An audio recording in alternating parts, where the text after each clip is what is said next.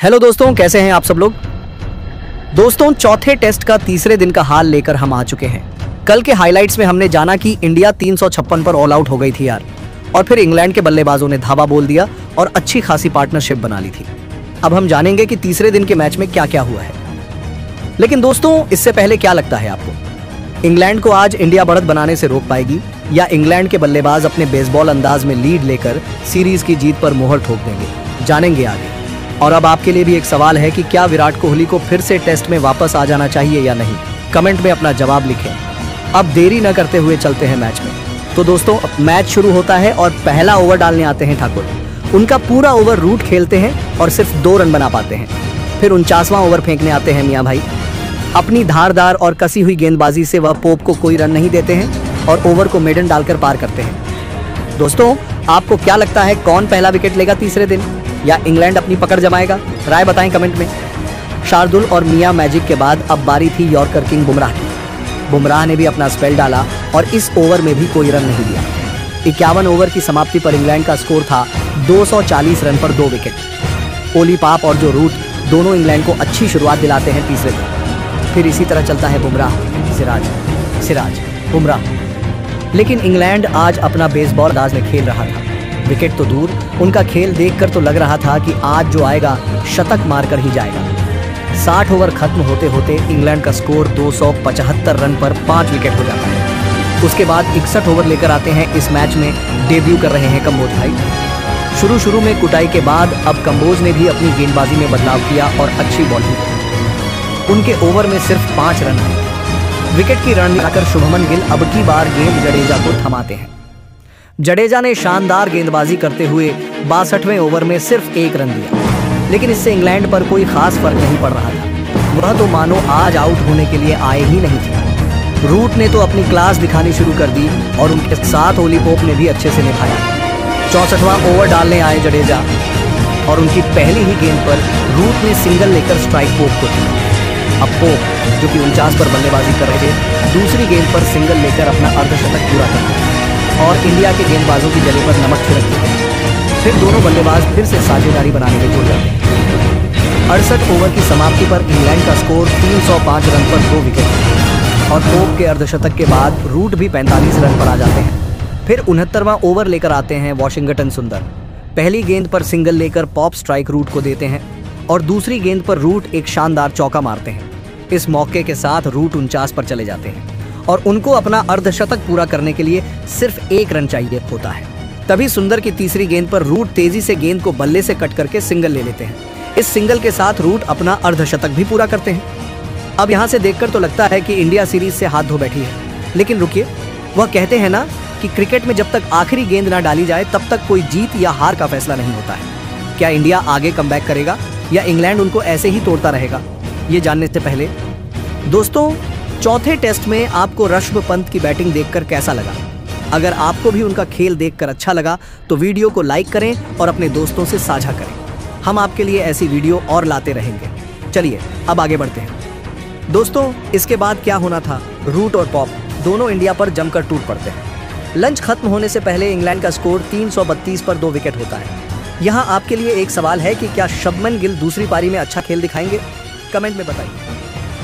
England की बल्लेबाजी आज एक अलग ही स्तर पर देखने को मिली।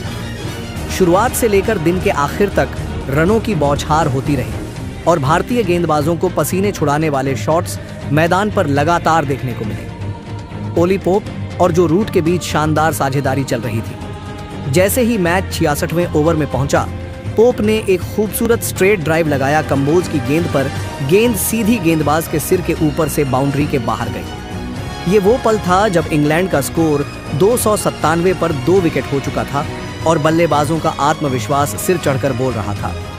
जल्द ही वॉशिंगटन सुंदर गेंदबाजी पर आए और जो रूट ने बिना किसी हिचकिचाहट के रिवर्स स्वीप निकाला। गेंद डीप थर्ड की दिशा में भागी और सीमा रेखा को पार कर गई। इस शॉट में वो आत्मविश्वास झलक रहा था जो रूट के अनुभव से आता है। कुछ देर बाद रूट ने फिर अपनी क्लास दिखाई जब उन्होंने सुंदर की गेंद पर कदमों का इस्तेमाल करते हुए सीधा ड्राइव खेला। में गई, लेकिन सुंदर के हाथ से दूर रह गई एक और चौका। अब स्कोर 318 पर था। विकेट 2 ही गिरे थे, लेकिन रन तेजी से आ रहे थे। जडेजा जब गेंदबाजी पर आए तो रूट ने उन्हें भी नहीं छोड़ा।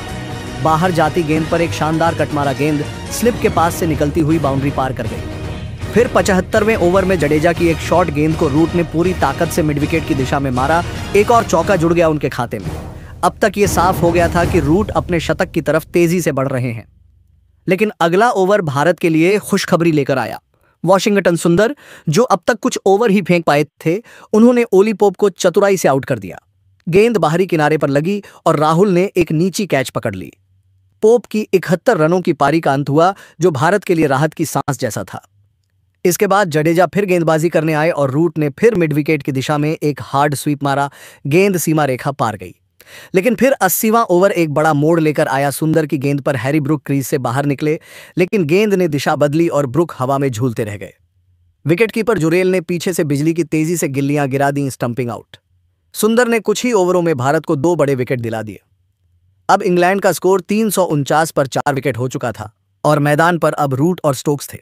फिर से वही जोड़ी जो किसी भी गेंदबाजी क्रम को तोड़ सकती है। और रूट तो जैसे रन बनाते जा रहे थे। जडेजा की गेंद पर उन्होंने रिवर्स स्वीप खेला और गेंद गैप में से निकलती हुई बाउंड्री पार कर गई। बुमराह ने जब बॉल फुल और सीधी डाली तो स्टोक्स ने उस पर भी कोई रहम नहीं किया। पैड से टकराई गेंद को फाइन लेग की दिशा में भेजकर चौका बटोरा। इसके बाद कंबोज की धीमी गेंद पर स्टोक्स दौड़ते हुए आए और कवर के ऊपर से करारा चौका लगाया। वहीं रूट ने एक और इतिहास रच दिया। 95वें ओवर में एक सुंदर लेग ग्लांस के साथ वो अपने 38वें टेस्ट शतक तक पहुंचे। उन्होंने संकारा की बराबरी कर ली और अब उनसे ऊपर बस पोंटिंग, जैक स्कैलिस और तेंदुलकर बचे हैं। पूरी भीड़ ने खड़े होकर तालियों से उनका स्वागत किया और स्टोक्स ने भी उन्हें बधाई दी। रूट का शतक पूरा होते ही उन्होंने रन रेट बढ़ा दिया। सिराज की इनस्विंगर पर उन्होंने फ्लिक खेला और मिड विकेट की दिशा में चौका बटोरा। उसके बाद ठाकुर की नोबॉल पर उन्होंने कदमों का इस्तेमाल करते हुए लंबा सीधा शॉट मारा, गेंद सीमा रेखा के पार। बुमराह की गेंद पर स्टोक्स ने ट्रेडमार्क कवर ड्राइव खेला, बल्ला घुमा और गेंद सीधी चौका। स्टोक्स अब पुरानी लय में लौटते नजर आ रहे थे। फिर आया रिवर्स स्वीप का मास्टर शॉट। जडेजा की गेंद को स्टोक्स ने नीचे झुकते हुए हिट किया, गेंद सीमा रेखा पार कर गई। सुंदर की गेंद पर उन्होंने एक और चौका मारा, इस बार स्क्वायर लेग की दिशा में। सिराज जब वापस आए तो स्टोक्स ने उनके शॉर्ट बॉल को सीधे मिड विकेट के ऊपर से उड़ाया, शानदार टाइमिंग और चौका। अब लगने लगा कि इंग्लैंड एक बहुत बड़ा स्कोर खड़ा करने की ओर बढ़ रहा है। 119वें ओवर में एक करिश्मा हुआ। जडेजा की गेंद पर जो रूट का बल्ला चूक गया और गेंद तेजी से घूमती हुई निकल गई। विकेटकीपर जुरेल ने तेजी से स्टंपिंग की और अंपायर ने आउट दे दिया। रूट की 150 रनों की शानदार पारी यहीं समाप्त हुई। दर्शकों ने खड़े होकर तालियां बजाईं। ये पारी एक मास्टर क्लास थी। इसके बाद सुंदर की गेंद पर डॉसन ने 8 साल बाद टेस्ट क्रिकेट में पहला चौका मारा, कदमों का इस्तेमाल किया और गेंद को मिड ऑफ के ऊपर से भेजा। स्मिथ ने भी सुंदर की गेंद पर कवर की दिशा में चौका मारा, लेकिन ज्यादा देर टिक नहीं पाए। बुमराह की गेंद पर उन्होंने बल्ला बाहर निकाला, किनारा लगा और जुरेल ने डाइव करके शानदार कैच पकड़ा। थर्ड अंपायर ने पुष्टि की कि कैच क्लीन था, स्मिथ आउट। इंग्लैंड का स्कोर अब 515 रन पर 6 विकेट था। बुमराह अपनी लय में आ रहे थे, लेकिन एक गलती कर बैठे। उन्होंने नो बॉल फेंकी और डॉसन ने उस पर जोरदार पुल शॉट खेला। गेंद चौके के लिए गई और साथ में अतिरिक्त रन भी मिला। फिर आया वो ओवर जिसका इंतजार था, मोहम्मद सिराज की वापसी, और पहली ही गेंद पर उन्होंने वोक्स को बोल्ड कर दिया। गेंद बहुत नीची रही, बल्ले का किनारा छूती हुई स्टंप्स में जा घुसी। वोक्स 4 रन पर आउट हुए और इंग्लैंड का स्कोर हो गया 528 पर 7 विकेट। अब बस दिन में 11 ओवर बचे हैं और भारतीय टीम को बाकी 3 विकेट निकालने हैं। सवाल यह है कि क्या भारतीय गेंदबाज डॉसन और बाकी निचले क्रम को जल्दी समेट पाएंगे या इंग्लैंड 600 के करीब पहुंच जाएगा। पूरा दिन अगर देखा जाए तो इंग्लैंड के लिए कई मायनों में यादगार रहा। जो रूट की क्लासिक शतक और फिर 150 रनों की पारी, स्टोक्स की विस्फोटक बल्लेबाजी, डॉसन की शांत लेकिन अहम शुरुआत और वॉशिंगटन सुंदर की गेंदबाजी ने इस दिन को और भी रोमांचक बना दिया। हालांकि भारत ने आखिर में वापसी की और लगातार विकेट निकाले, लेकिन इंग्लैंड अभी भी इस टेस्ट पर मजबूत पकड़ बनाए हुए है। अब देखना यह होगा कि अगला दिन भारत के नाम रहेगा या इंग्लैंड अपनी लीड को और विशाल बना देगा। देखा आपने किस तरह इंग्लैंड की पारी आज तेज रफ्तार से आगे बढ़ी और कैसे जो रूट ने क्लास दिखाई, स्टोक्स ने पावर और सुंदर ने इंडिया को वापसी की उम्मीद दी।